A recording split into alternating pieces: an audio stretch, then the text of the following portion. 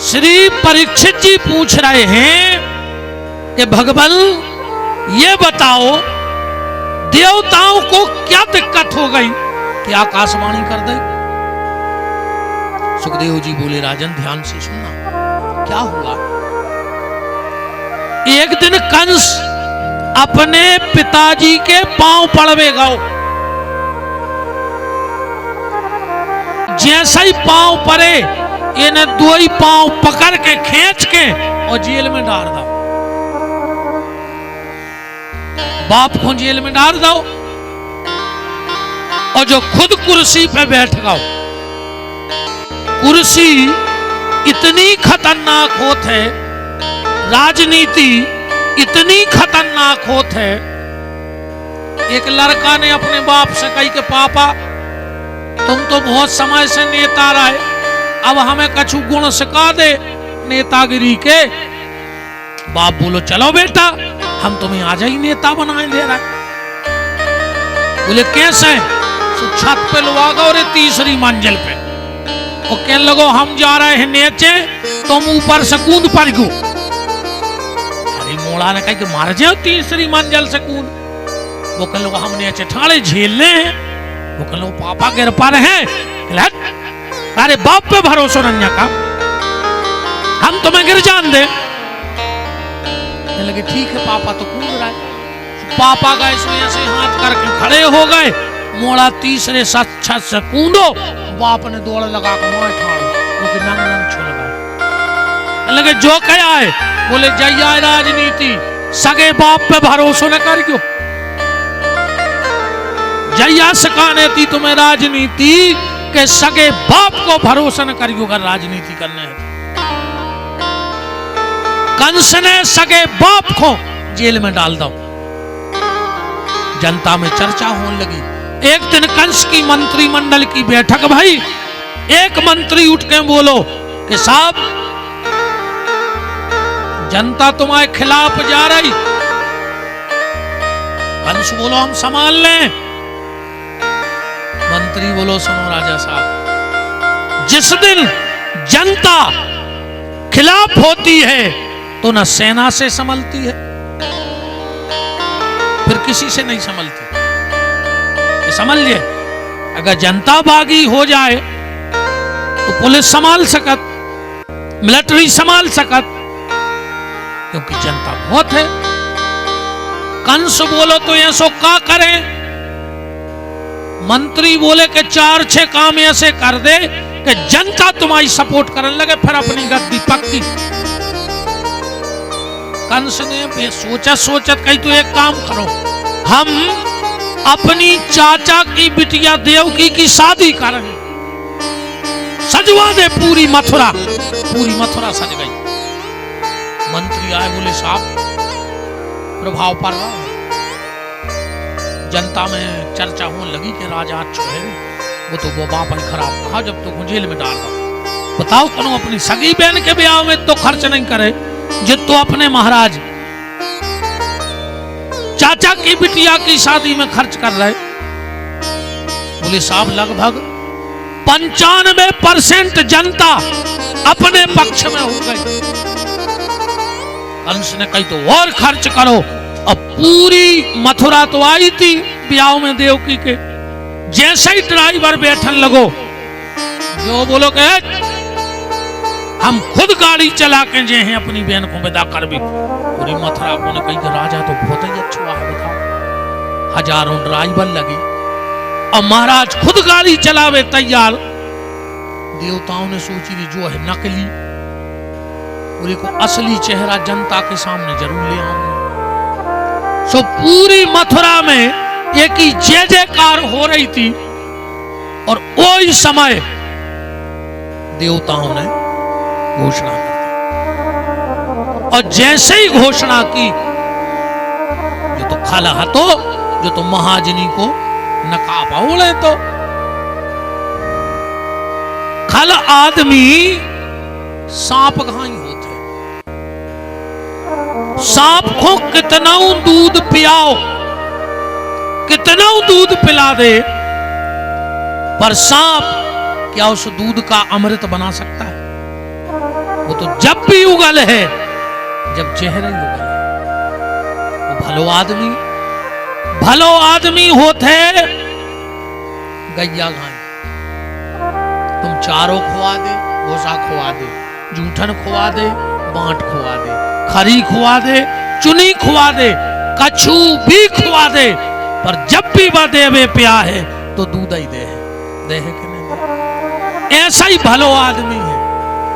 तुम भले आदमी के संग कितना खराब कर दे, पर वो तुम्हारे संग खराब न कर पाए, वो तो भगवान ने उसको भलो बना के पहुंचाओ। और समझ में नहीं आए तो ऐसी समझ ले, भलो आदमी होते जीव घाई और दुष्ट होते दांतों घाई।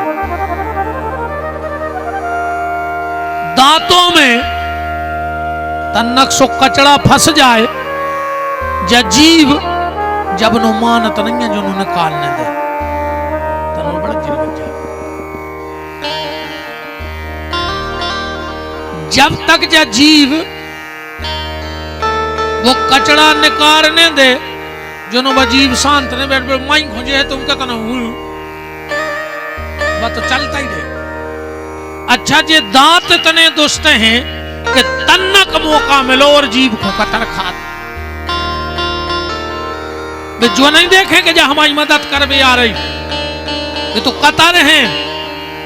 पर ये मैंने रज्जुरे बच्चा एक कहावत है कि तो गूंगा रोए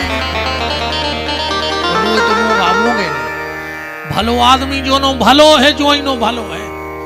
अच्छे जैसे जीव है, दांत 1000 बार कतर दे मनो मदद खुजात, कौन जीव अपनी पे आ जाए, कौन से सुना के अजीब हो जाए भीतरी कौन में घाले हैं पिता ही घाले हैं सीधे के नहीं। जीव चाह ले वे तो एक दांत सावत नहीं बच सके कि बच जे, पूरे टुरवा दे।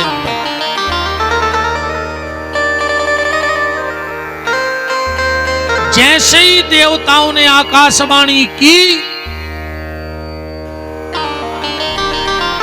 कंस ने चुटैया पकड़ ली देव की।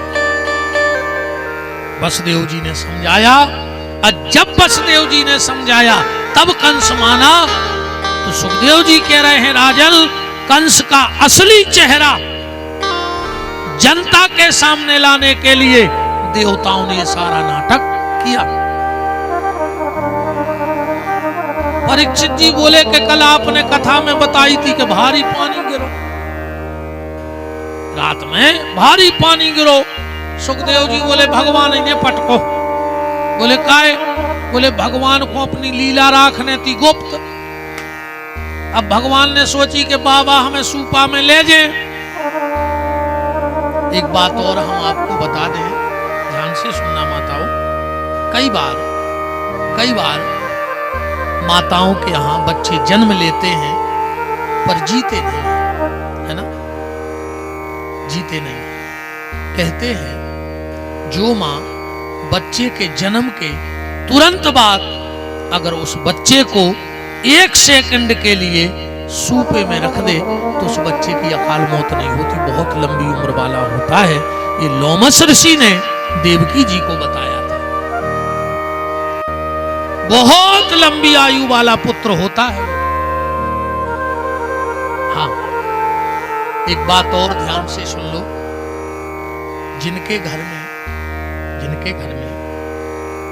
पूर्णिमा के दिन रामायण का पाठ होता है, जिनके घर में पूर्णिमा के दिन रामायण का पाठ होता है, उसके घर में अकाल मौत नहीं होती है।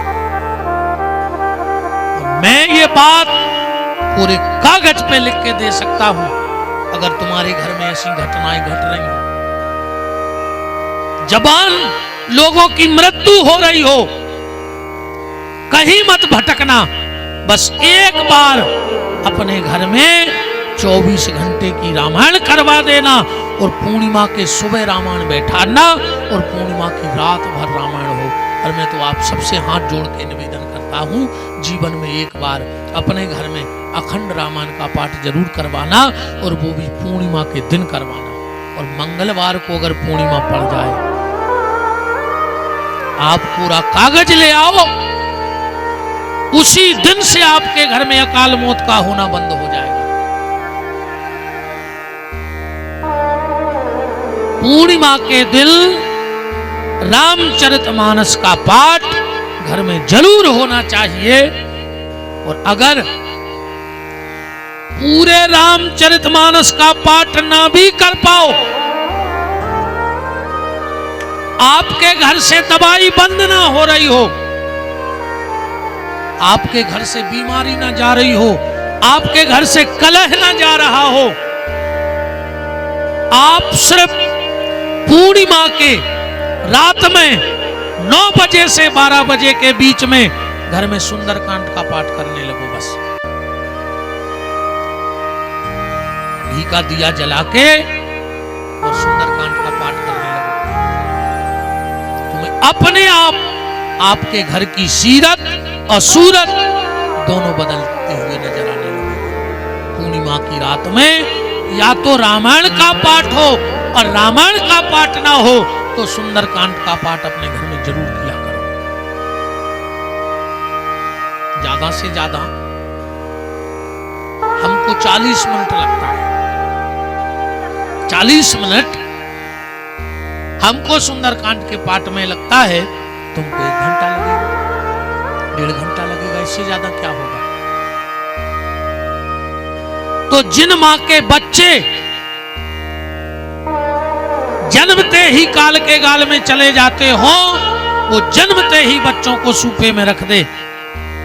तो सुखदेव जी कह रहे हैं, परीक्षित, भगवान ने विचार करो कि हमारे बाबा ले जाए हमें सूपा में। और गांव में का होते आज भी अक्सर करके आदमी घर के बाहर सोते, कितना बड़ी बाखर हुए, मनो वो पल का घर के दरवाजे में